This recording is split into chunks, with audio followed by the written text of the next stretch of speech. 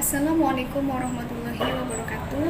Perkenalkan, nama saya Resma Salsabella, NIM 1120114 dari jurusan Hukum Keluarga Islam kelas C.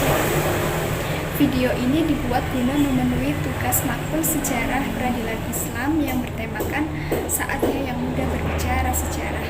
Sejarah itu tidak melulu membahas tentang masa lalu, tetapi ada kaitannya juga dengan masa kini dan masa yang akan datang. Oleh karena itu, marilah kita yang muda berbicara tentang sejarah. Kemudian, di sini saya akan memaparkan tentang peradilan Islam dari masa Rasulullah SAW sampai pada masa Turki Utsmani. Oke, langsung pertama yaitu peradaban Islam pada masa Rasulullah SAW. Peradaban pada masa Rasul berlangsung kurang lebih selama 23 tahun dan dibagi menjadi dua fase, yaitu fase Mekah dan fase Madinah. Pada fase Mekah, peradilan Islam berlangsung selama 13 tahun, sejak dari diangkatnya Rasul menjadi Rasul sampai beliau hijrah ke Madinah. Kemudian, umat Islam masih terisolir, dibuktikan dengan kualitas dan kuantitas umat Islam yang masih lemah dan belum adanya komunitas. Kemudian fokus dakwahnya pada penanaman akidah atau tauhid dan meninggalkan penyembahan berhala. Kemudian belum terbentuk perundang-undangan dan tata pemerintahan. Selanjutnya, surat Makkiyah tidak terdapat ayat-ayat hukum aktual atau amaliyah. Kemudian pada fase Madaniyah, pada peradaban Madinah berlangsung selama kurang lebih 10 tahun, diawali dari hijrahnya Nabi Muhammad SAW ke Madinah sampai beliau wafat. Kemudian pada fase ini umat Islam sudah kuat, kuantitas umat Islam sudah banyak dan telah mempunyai tata pemerintahan. Kemudian di Madinah mulai disyariatkannya hukum pernikahan, perceraian, warisan, perjanjian, hutang piutang, kepidanaan, dan lain-lain. Kemudian surat yang turun di Madinah sudah banyak yang memuat ayat-ayat tentang hukum. Kemudian yaitu peran Rasulullah SAW. Nabi memiliki sifat maksum, yaitu dijaga oleh Allah dari perbuatan maksiat. Sehingga dalam bidang peradilan, Rasulullah berperan atau memiliki peran yang sangat banyak, yaitu sebagai legislatif atau pembuat perundang-undangan yang berdasarkan wahyu, kemudian eksekutif sebagai pelaksana, kemudian juga sebagai yudikatif atau pengawas dari keberlangsungan dari undang-undang tersebut. Selanjutnya yaitu perkembangan peradilan pada masa Rasulullah SAW. Pada masa ini, peradilan berlangsung sangat sederhana dan lebih bersifat kefatwa. Dengan model tanya jawab, tetap menjunjung tinggi nilai keadilan dan terkesan tidak formal, tetapi rukun-rukun al-qada tetap terpenuhi. Kemudian keputusan Rasulullah itu mengandung kebenaran. Kemudian praktik wilayah al-hisbah atau kasus kecurangan, timbangan, dan mashalimah telah dipraktikkan Rasul. Kemudian pengawasan dilakukan oleh Rasul dan wahyu Allah. Selanjutnya yaitu peradilan Islam pada masa Khulafaur Rasyidin. Hal ini bisa dibandingkan dengan peradilan pada masa Rasulullah SAW. Bagaimana perkembangannya ketika pada masa Rasulullah yang masih sangat sederhana, belum ada lembaga, kemudian belum ada model peradilan yang kuat. Sedangkan peradilan Islam pada masa Khulafaur Rasyidin dibagi menjadi 4 bagian, yaitu pertama masa Abu Bakar Asy-Syiddiq, yang kedua Umar bin Khattab, yang ketiga Utsman bin Affan, dan yang keempat Ali bin Abi Thalib. Langsung saja, yang pertama yaitu peradilan Islam pada masa Khulafaur Rasyidin, masa Abu Bakar Asy-Syiddiq. Masa jabatan selama 2 tahun, kemudian peradilan relatif sama dengan Rasulullah SAW. Dalam menghadapi suatu perkara yang harus diputuskan, beliau berpedoman dengan Al-Quran dan Sunnah Nabi Muhammad SAW. Dan apabila beliau tidak menemukan jawaban dari keduanya, maka beliau akan bertanya kepada ahli ilmu, mujtahid, atau para fuqaha. Selanjutnya yaitu yang nomor 2, peradilan Islam pada masa Khalifah Umar bin Khattab.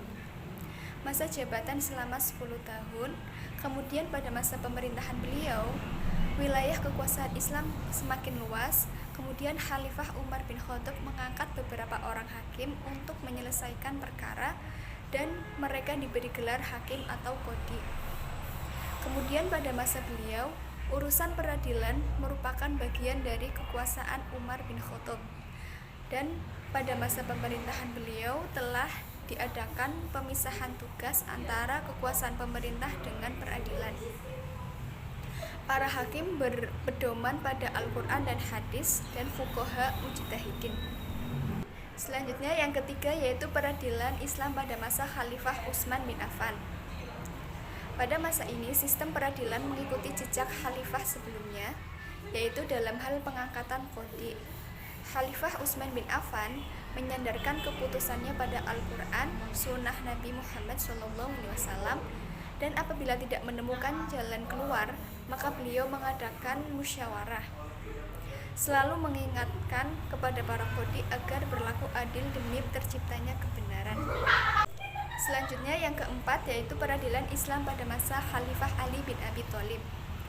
Beliau mengikuti jejak khalifah sebelumnya, yakni berpesan kepada para qadhi agar bersikap adil. Kemudian Khalifah Ali bin Abi Thalib menetapkan hukum selama di Madinah, dan Ali bin Abi Thalib juga memperhatikan para gubernur dan para hakim dengan memberikan bimbingan sekaligus pengarahan.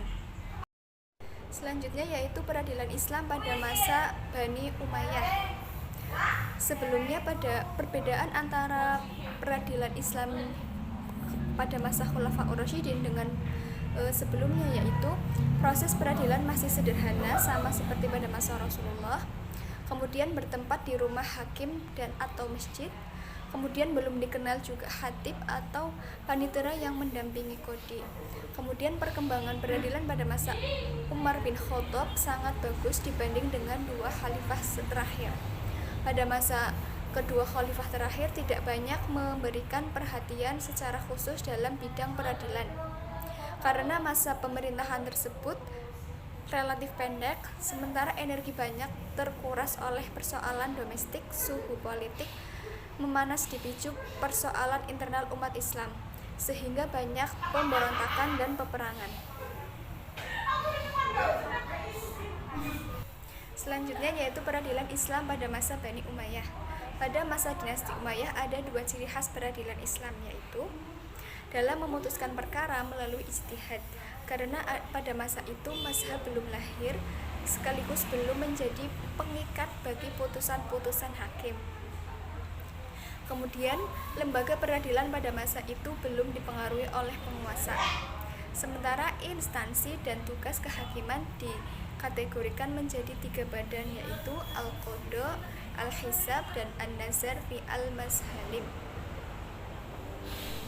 Selanjutnya yaitu peradilan Islam pada masa Bani Abbasiyah. Pada masa dinasti Abbasiyah dibagi menjadi dua periode, yaitu periode kemajuan, yaitu dalam kurun waktu Abbasiyah 1, kemudian yang nomor 2 periode kemunduran, yaitu dalam kurun waktu Abbasiyah 2, 3, dan 4. Kemudian qadha pada periode kemajuan dikenal dengan adanya lembaga-lembaga qadha. Kemudian selanjutnya qadha pada periode kemunduran, wewenang qadha pada waktu itu sangat sempit, yaitu berkisar masalah syariat yang berkembang dalam masyarakat. Selanjutnya, aplikasi dan implikasi peradilan dan undang-undang hukum Islam mengalami gelombang pasang surut. Selanjutnya yaitu peradilan Islam pada masa Turki Utsmani. Pada mulanya kerajaan Turki Utsmani tidak menganut salah satu mazhab, dan pada fase berikutnya menganut mazhab Hanafiyah. Kemudian sistem pemerintahan dan peradilan diselenggarakan sesuai dengan syariat Islam, dan di setiap unit kerja ditempatkan seorang komando polisi yang berada di bawah komando syar'i yang disebut dengan subasi. Selanjutnya yaitu keadaan sebelum Tazimat. Kerajaan Turki Utsmani dipimpin oleh sultan, dan penguasa duniawi digunakan jabatan sultan, sementara kepala rohani digunakan jabatan sebagai khalifah. Kerajaan Turki Utsmani memiliki 3 bentuk kekuasaan, yaitu 1.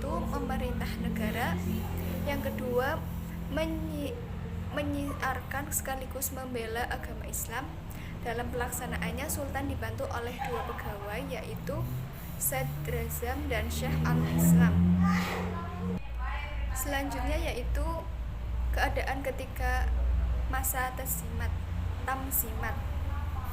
Tamsimat merupakan gerakan pembaharuan yang melingkupi bidang hukum, administrasi, pendidikan, keuangan, perdagangan, dan lain-lain, yang dipelopori oleh Raja Utsmani, yaitu menggabungkan dua kekuasaan yang dipegang oleh sultan kekuasaan duniawi sekaligus sebagai pemimpin spiritual.